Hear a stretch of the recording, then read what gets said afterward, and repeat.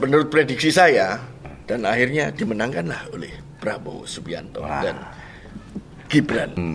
Tapi kemungkinannya sih ya sangat besar sekali adalah Ganjar. Sama? Ganjar tuh head to head sama Pak Prabowo. Oke, itu ramalannya, ramalan dia. Ketika nanti sudah menuju ke head to head ke putaran kedua, yang menang adalah Ganjar. Prabowo akan maju ke putaran pertama. Sama siapa? Sama siapa? Sama wakilnya. Ya, enggak head to head Ya masa ya Gibran ditinggal.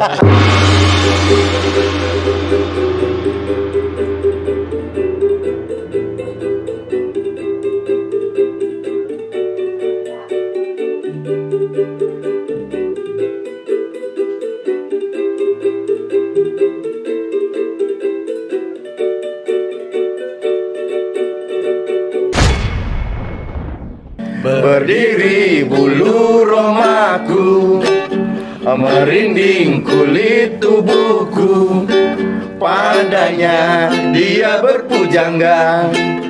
Cinta khusus buatku, katanya sepanas matahari. Berdiri ma bulu romaku, berdiri ma bulu romaku. Bila ku dengar janji-janjinya, katanya cintanya seteguh Tugu Monas. Berdiri bulu romaku, berdiri bulu romaku, bulu. Aku bulu dia. Oke teman-teman Gayeng, tema kita kali ini masih seputar politik. Temanya adalah kira-kira prediksi, ramalan siapa yang akan maju ke babak kedua, ke putaran kedua di pemilihan presiden dan wakil presiden tahun 2024 ini, Mas. Nah, untuk yang pertama, ini biasanya suka meramal itu kan udah beberapa kali kan, Kliwon, Mas. Kliwon meramal kata dia gitu kan. Waktu itu pas Ganjar dia pas, Mas. Pas. Sekarang kamu semua ramal sekarang. Meramal hidupnya sendiri dia. Ya nggak pas. Gimana ramalan Won? Sebelum masuk ke sana ya, jadi ada istilah yang dikemukakan oleh seorang profesor yang dari dibuka lagi catnya. Dari apa namanya? Dari seorang profesor ya. Dia mengatakan just to mind your of Flash Gordon. Jadi saya ingin mengatakan dia sudah mulai siap-siap bahwa ini gak ada hubungannya dengan tema gitu, dia sudah teriak gitu ya. Jadi Pak John, saya senang sekali. Kita tentu jangan terlalu fokus bicara perdebatan, menyapalah netizen ya dengan berbagai komentar. Kita bersyukur ada para netizen yang mendukung kita ya. Nah itu yang kita bersyukur, apapun yang dikemukakan saya kira itu adalah demokrasi yang ada di Waton Gayeng ya. Dan teman-teman, bahwa apa yang kita lakukan ini sebenarnya bukan kita ini manusia pengangguran ya. Punya latar belakang ya, Koh Jeding aktif luar biasa ya. Dia terlepas dari itu dia memang orang yang paling nyaman secara ekonomi ya. Terus dia menjadi role model bagi kita. Koh Jeding Production kan teman-teman udah tahu lah ya. Ya, walaupun YouTube-nya yang itu berhenti yang itu ya, tapi ini lanjut ya. Dan Koh Jeding ini nyaman secara ekonomi Pak John ya. Ini agak melenceng dikit, nanti akan terkait dengan itu. Saking nyamannya itu istrinya itu ini bukan pribadi ya, bukan ranah pribadi, bukan perdebatan. Ini Istrinya Koh Jeding itu sementara disarankan untuk ke dokter ya, karena istrinya juga minta pada keluhan-keluhan. Lalu setelah sampai ke dokter pulang lalu ditanya gimana, kata dokter, saya agak stres katanya. Stres dan saya harus rekreasi, misalkan makan makanan makanan Cina, makanan yang enak, luar biasa mahal ya. Koh Jeding karena dia mampu ekonomi, oke, no problem, oke, silakan. Nah, sebaliknya Jupri. Andaikan Jupri punya istri, saya membayangkan ini ya, istrinya itu sama kasusnya ya, stres, lalu ke dokter, pulang dari dokter, gimana kata dokter, suruh rekreasi gitu, kemana? rekreasi, katanya dokter suruh ke Singapura, ke Jepang, ke Taiwan, ke Thailand gitu, luar biasa. Terus dia manja, terus enaknya kemana Pak gitu kan ya?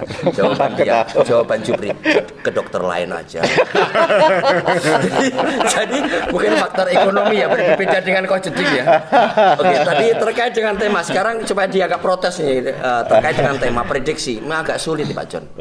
Ini agak sulit karena Anies dan Ganjar ini kan kejar-kejaran. Tetapi dalam proses perdebatan capres kemarin atau cawapres itu menunjukkan bahwa Pak Prabowo untuk yang debat kemarin itu serangan bertubi-tubi antara Ganjar dengan Anies itu menyerang bareng. Walaupun posisi Anies, walaupun posisi Ganjar ada di tengah. Katanya Pak Ganjar kalau ini panas saja di air, pendingin gitu ya. Tapi bukan menjadi pendingin, malah menyerang juga, bikin panas juga gitu. Sehingga Pak Prabowo kelepek-kelepek dan kemeringat. Nah, oleh karena itu Pak John, sepertinya ada kecenderungan Anies dan Ganjar itu nanti akan bersatu. Siapapun yang nanti berada di putaran kedua. Tapi kemungkinannya sih ya sangat besar sekali adalah Ganjar. Sama? Ganjar tuh head to head sama Pak Prabowo. Oke, itu ramalan dia. Ketika nanti sudah menuju ke head to head ke putaran kedua, yang menang adalah Ganjar. Karena bersatunya pendukung dari Anies, wah itu luar biasa. Pendukungnya orang-orang militan, Pak John. Ya, orang-orang militan. Ya, maka akan bersatu, selisihnya dikit, cuman 1%. Tapi itu menang Ganjar itu nanti. Oh, itu prediksimu ya? Iya. Nah, sekarang biar yang langsung ke yang kontra aja, Mas. Kalau Kliwon, Mas, kalau Kliwon itu dia ramalan. Nah, mungkin kalau seorang keamanan Jupri ini biasanya prediksi. Nah, prediksimu gimana, Pri? Jadi begini, yang maju ke babak ke putaran berikutnya. Sedikit saya mengulas awalan ini supaya untuk meruncing di pembicaraan kita. Melanjuti tadi Mas Kliwon, ketika suatu hari juga saya berkunjung ke rumah kawan saya. Kemudian dia stres karena istrinya yang stres gitu. Karena istrinya stres dan dia menceritakan dia habis ke dokter. Apa yang membuat kamu stres? Karena istri saya baru berkunjung ke dokter. Dokter mana? Dokter Kliwon. Kemudian apa yang terjadi? Disarankan ke Singapura ke segala macam. Saya bilang dengan istri saya pindah dokter lain karena dia penipu. Jangan sampai ada orang lain yang tertipu. Siapa balas dendam ya? Ya udahlah, oke lah. Kalau untuk masalah ini, prediksimu? Nah, kalau prediksi tetap kepada Pak nomor 2 yang di tengah-tengah biasanya saya berkesimpulan seperti itu bahwa Prabowo akan maju ke putaran pertama. Sama siapa? Sama wakilnya. Ya masa Gibran ditinggal? Oh iya pasti sama Ganjar. Kalau mereka akan lolos berdua. Begitu. Tapi ini bahwa lumayan lucu ini. Sama wakilnya. Ya iyalah. Masa wakilnya ditinggal? Dia sama Ganjar aja. Kesian kan gitu.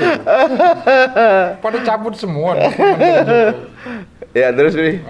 Kemudian kenapa? Ya karena mereka berdua lah yang paling pantas. Ya bukannya Pak Anies nggak pantas ya. Cuman untuk kali ini ya jangan dulu lah. Biar jadi gubernur aja dulu gitu. Menata Jakarta dulu di KI untuk mempersiapkan di yang berikutnya. Kalau reputasinya bagus, mudah-mudahan Pak Anies di pelita berikutnya dia akan program-programnya akan bagus. Tapi untuk sekarang ini kayaknya untuk pemilihan tahun ini milik Prabowo. Artinya maksudnya maju putaran kedua Prabowo dan pasangan Prabowo sama pasangan Ganjar yang menang Prabowo. Kalau sendirian dia masuk ke putaran kedua kan kasihan. Terus siapa lawannya? Nggak ada. Ya, artinya kalau tadi Kliwon itu yang menang di putaran kedua masuknya Ganjar sama Prabowo, yang menang adalah Ganjar. Kalau sebaliknya kalau Jupri yang menang ada Prabowo. Itu prediksi. Nah, sekarang nanti dulu kalau ini jelas saya udah akan tahu saya kemana arahnya. Sekarang Pak RT dulu deh. Kalau menurut Pak RT, prediksi Pak RT. Sekarang situasinya masih dinamis ya.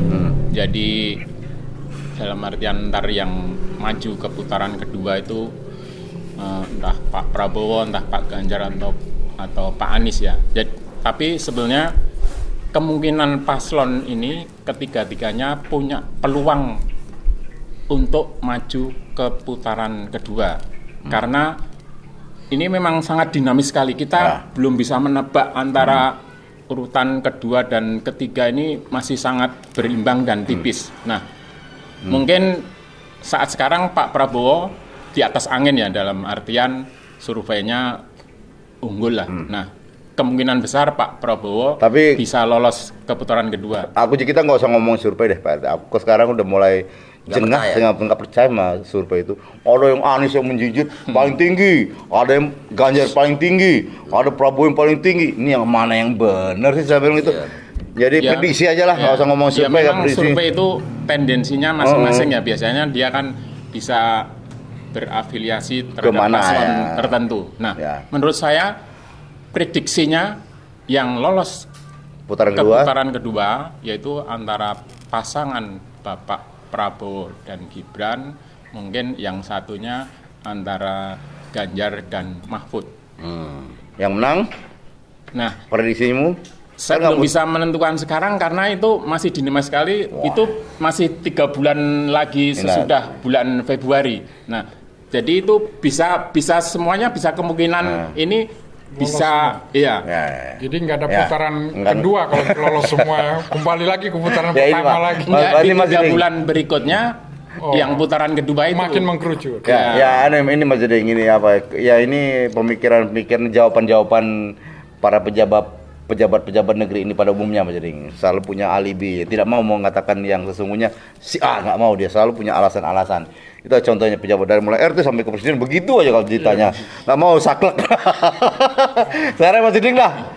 Kalau menurut saya ketiga pasceng ini sudah benar. Pasangan.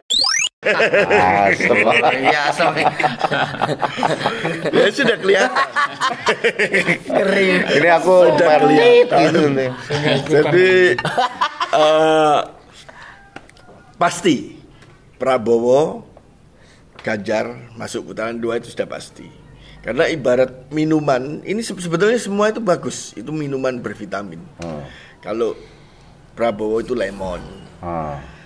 Kalau Ganjar ini strawberry. Tapi Anies ini cuka. Jadi ini sudah jelas tersisih. Sekarang tinggal 2. Tinggal lemon sama strawberry. Ini gawatnya malahan menurut saya. Kalau cuka ini beraliansi, misalnya gabung dicampur dengan strawberry, tidak bagus. Atau dicampur dengan lemon. Itu bukan nambah menguntungkan, merusak rasa. Prabowo kan sudah ngomong, wah ini Megawati itu benar-benar pejuang demokrasi. Itu sudah kelihatan dia mau kemana. Itu hati-hati dengan Pak Ganjar itu. Karena dengan masuknya cuka ke strawberry ini akan merusak rasa. Dan itu sudah saya menurut prediksi saya ini akan rusak dengan masuknya itu. Jadi, kepercayaan rakyat akan berkurang sudah. Dan akhirnya dimenangkanlah oleh Prabowo Subianto dan Gibran. Aku menangkap sesuatu yang sesuatu yang tak naif apalah dari pernyataan beliau nih. Perbandingannya cuka, strawberry, lemon. Ternyata itu nggak ada yang manis, Mas. Tiga-tiganya ini kecut semua ternyata. Jadi politik nggak ada yang bagus.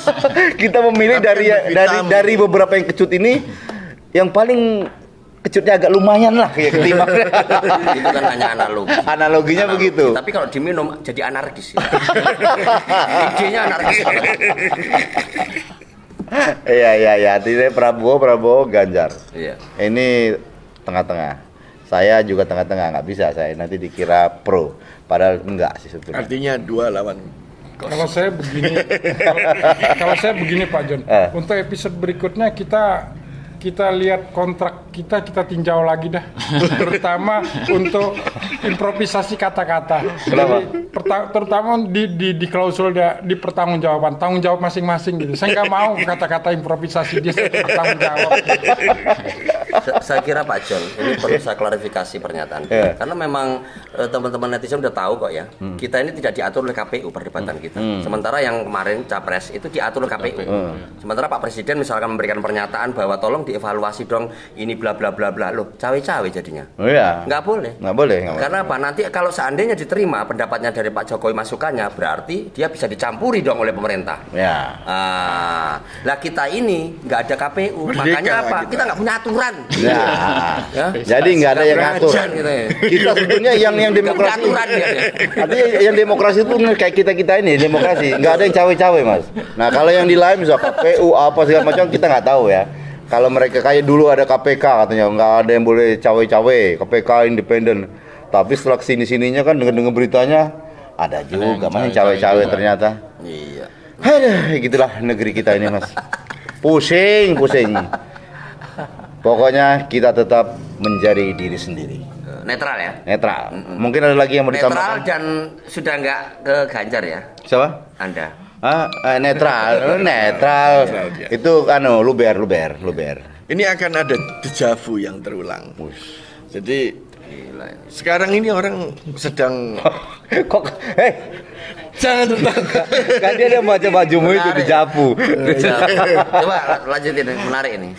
Jadi zamannya waktu SBY. SBY ini termasuk orang yang didolimi. Dan waktu itu itunya dia sedikit. Elektabilitasnya sedikit sekali karena dia terdolimi. Waktu itu otomatis dong sampai sekarang ya PDI Perjuangan kan sangat kuat memang.